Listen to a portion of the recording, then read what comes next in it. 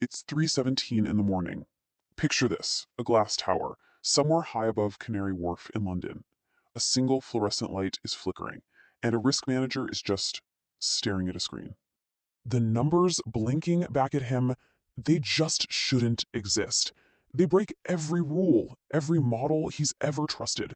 He picks up the phone, and his hands are literally shaking. The line rings, and it rings, and nobody answers. Now, that scene I just described, that's not from a movie.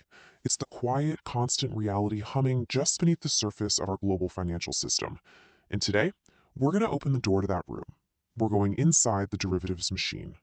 So, what could possibly pop up on a screen that would cause that kind of pure, cold sweat panic in the dead of night?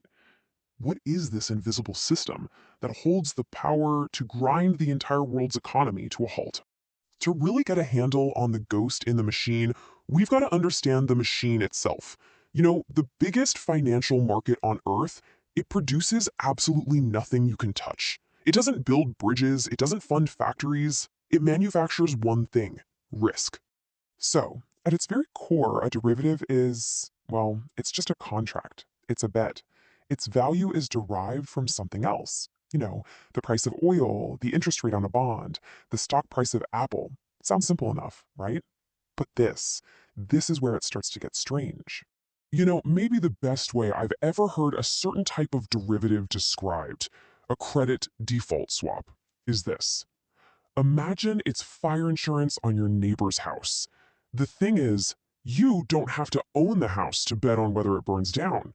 In fact, 100 people who have never even seen the house can all take out insurance on it. Now, just imagine that house is a major corporation or a country's debt, and you start to see the problem. Okay, so we have a vague idea of what these things are. But the real terror isn't in the concept itself, it's in the scale, the sheer, almost incomprehensible size of this whole thing. $715 trillion. That's the official and probably conservative estimate for the notional value of this market. Just let that number sit there for a second. 715 trillion. Now here's where it gets really wild. That number, that 715 trillion, it's nearly 7 times bigger than the entire annual output of every person on Earth. It absolutely dwarfs the value of every single stock market on the planet combined. As one former trader once put it, it's a casino. But it's a casino with no table limits and it never ever closes. It's running 24/7 across every time zone on Earth. Now, the industry will tell you, hey, that big number is misleading. The real number is the gross market value, more like 21 trillion. But here's the catch. That smaller number depends on something called netting, which basically assumes everybody can pay their bills in an orderly way. And you know when that assumption fails? During a crisis. The one time you really need it to work is exactly when it breaks. Look, this isn't some abstract threat. We've seen this play out before. We have a perfect, horrifying case study, the 2008 financial crisis. This was the arsenal. It all started with risky home loans. They were bundled up into bonds called MBS. Then those bonds were chopped up and repackaged into even more complex things called CDOs. And then came synthetic CDOs, which were just bets on the CDOs. And finally, you had the credit default swaps, that fire insurance sold on top of everything, with almost no actual money set aside to pay if things went bad. And boom, there's your chain reaction. The mortgages started failing. Those super safe AAA rated bonds, they became toxic waste overnight. AIG, who sold all that insurance, suddenly couldn't pay up. Lehman Brothers, a giant on Wall Street, went bankrupt. And in an instant, nobody knew who was safe. Trust just evaporated, and the entire global credit system froze solid. And let's be clear, this wasn't just a problem for bankers. $22 trillion. That was the estimated cost in the US alone, from bailouts, lost jobs, destroyed family savings.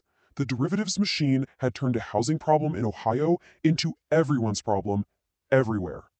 So after that firestorm in 2008, you'd think we'd have it all figured out.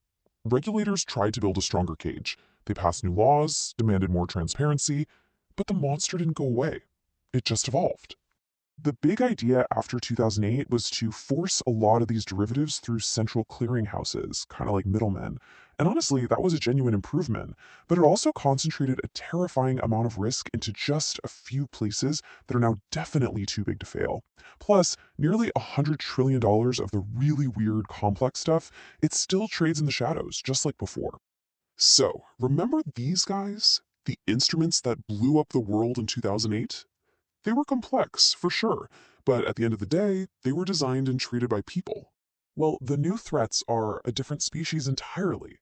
They're faster, way more complex, and frankly, less understandable. We now have AI systems designing and trading these things in microseconds, operating on a logic that, and I'm not kidding, even their own creators admit they can't fully follow. This quote just captures the problem perfectly. The market is evolving at light speed, powered by technology that's just exponentially more powerful than the tools our regulators have. It's not a fair fight. The gap between them is getting wider every single day. And all of that brings us right back to where we started. Back to that dark office tower, the glowing screen, and the one fundamental problem that we still haven't solved. Because here's the uncomfortable truth. The basic architecture is still the same. Yeah, we've improved some of the plumbing, but the same high-pressure, explosive material is flowing through the pipes. All that leverage, all that complexity, the opacity, it's all still very much in play. The models are humming, the algorithms are running, the system is holding for now. But somewhere, right now, a risk manager is looking at a number that defies all logic, and he's picking up the phone. And as that line rings out into the silence, we're left with the one question that will define the next global crisis. It's not about how complex the models are or how fast the computers are.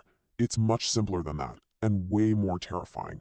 When that call is made again, will anyone answer?